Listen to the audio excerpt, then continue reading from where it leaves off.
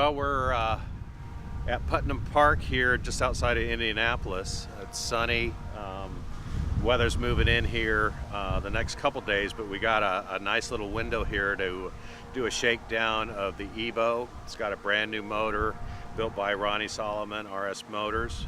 He's an expert at it. So we're really just doing a systems check, make sure everything works, launch control works, that type of thing, and make sure we don't have any leaks, and we're just getting ready for SEMA.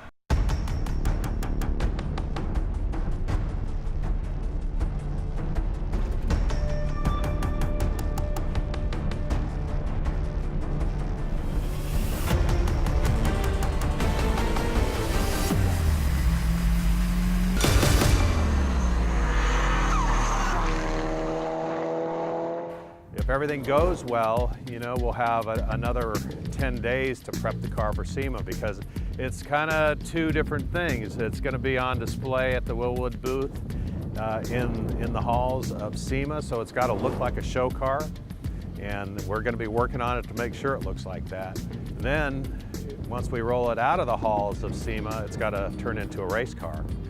Made for the street, but also able to compete on the racetracks. Well, let's take a look at this thing. We have painted the car completely. We've done a complete color change, not a wrap, but we've painted the car because we think that's going to be valuable points for us in design and engineering. Anybody can wrap a car, and then if you change your mind, you can pull it back off. When you do a full color change with this PPG paint and the gloss on it, you've made the big commitment. And so we've done that, and the car is now black instead of white. And it's gloss black. It's not the satin black that we saw on our wrap. Wow. We've done a whole reupholstery job, put leather in the car, red leather with black leather accents. It's gonna totally change the car. I mean, if you look inside here, you can see it, and you can smell the difference too. You can see the difference, but you can also smell the difference from the leather, you know, instead of just cloth and vinyl, it's real leather.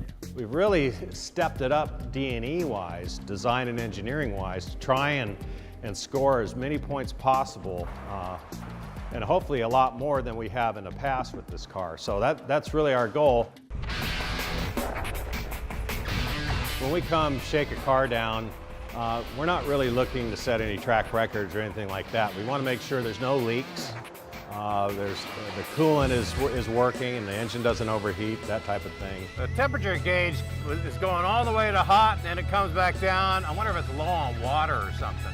We're mainly looking for anything that could go wrong. You know, it usually happens when you first start it up and go out and make a few laps. Yeah, there's there, buddy. Found it. Gremlins, you know, that's why you do this, so you're not doing it at the track. Then it becomes practice for me, you know. It's been a while since I really pushed an Evo pretty hard. Probably, you know, Road America, that doesn't really qualify, but probably since COTA. So it's a whole different way of driving, whole different driving style completely compared to a Camaro, which I was just in.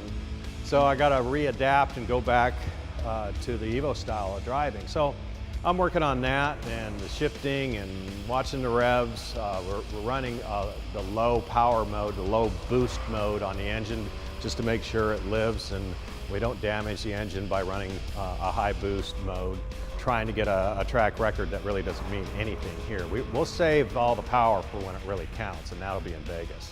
You know what? I should be on the radar. Based off of COTA, you know, we were leading after day one. We won the speed stop, and I think we ended up 4th on the autocross there just by fractions, thousandths of a second. So the new and improved Evo here is going to be even quicker. Oh, it's good. Let's put it on the trailer.